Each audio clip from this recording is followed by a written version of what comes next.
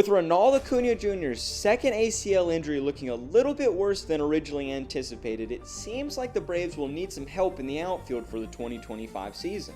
Now, I'm only going to be going over free agents in this video, but I'll be making an entirely separate video for outfield trade targets, so be sure to subscribe so that you don't miss that video. But looking at the free agent market, we have quite a few good options left, but let's go ahead and talk about the only two left that I believe would be a good upgrade for the Braves, and that's Teoscar Hernandez and Anthony Santander. Santander is the younger of the two at 30 years old, and he put up impressive offensive numbers these past few years, including mashing 44 home runs in 2024 for the Orioles, along with average defense according to UZR, which made Santander a 3-win player for the Orioles last year. Now, if he can continue to mash 30-plus home runs and play average defense in left field for Atlanta, I think they would be more than thrilled to have him. Santander is projected by MLB Trade Rumors to sign a 4-year, $80 million deal, but that number will likely go higher now that we've seen Soto sign an eye-watering 15-year, $765 million deal, as teams who missed out on Soto will now pivot to either Santander or Hernandez. The Orioles also offered Santander a qualifying offer, which he rejected, so Atlanta would be penalized by losing up to $1 million in international bonus pool money, as well as their second and fifth highest selections in the 2025 draft. However, Anthopoulos has made comments this offseason expressing his desire to improve the Braves and not sitting idle, stating it all comes back to the major league team and if you can make your big league team better. Especially when we're in a position where we are, where we're in a position to win at this moment in this time with this core. That's always going to be the priority.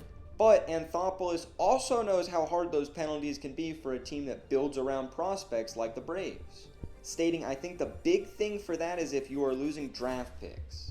Dollars still matter, of course, but it's just a tax. It's just a percentage you're going up. It's for every dollar over. You're aware of it, but it doesn't stop you from doing anything. If the right opportunity presents itself, we'll do it. Now, GM speak aside, it's time for us to pivot to Teoscar Hernandez, who was also a free agent last year, but ended up taking a 1-year, $23 million show-me contract with the Dodgers. And it has paid off nicely for both the Dodgers and Hernandez, as the left fielder went on to mash a career-high 33 home runs while posting some of his best strikeout and walk rates of his career. His weighted runs created plus showed he was an all-around above-average hitter last year, and combine that with his average glove work, and you now have a 3.5-win season. Oh yeah, and he ended up winning the home run derby, so there's that. But like Santander before him, Teoscar was offered and declined a qualifying offer from the Dodgers, so the Braves would be penalized by losing up to $1 million in international bonus pool money, as well as their second and fifth highest selection in the 2025 draft. At 32 years old, Hernandez is projected by MLB Trade Rumors to sign a 3-year, $60 million deal, but again, I think that number could go higher now as the market has seen some unexpected inflation this year. Now, I know there's some other options out there, including trade options, which I will cover in a separate video, so be sure to subscribe already if you haven't so that you won't miss out on that video. But for where the Braves are, I just don't see them pursuing another Kelnick type player. Jurickson Profar is probably the only exception to that, as he already saw his renaissance here last year. But all of his value is tied up in his bat, and the Braves really aren't looking for another DH, but an outfielder. Maybe they do go after Jurickson, but I just think if they were going to go with a below-average fielder who can hit at an above-average rate, then I would have expected them to have just held on to Jorge Soler rather than trade him.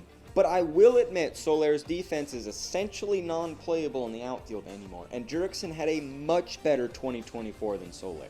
That being said, I just see the Braves either trading for a full-time regular outfielder or signing one of the guys above who can help them now as a regular outfielder, and in a few years could still have some value at the end of their contracts as a DH. But that'll wrap it up for this one, guys. If you haven't already, be sure to check out my other videos on what I think the Braves will be doing at other positions this offseason. And as always, thank you all for watching, and I hope you all have a wonderful day.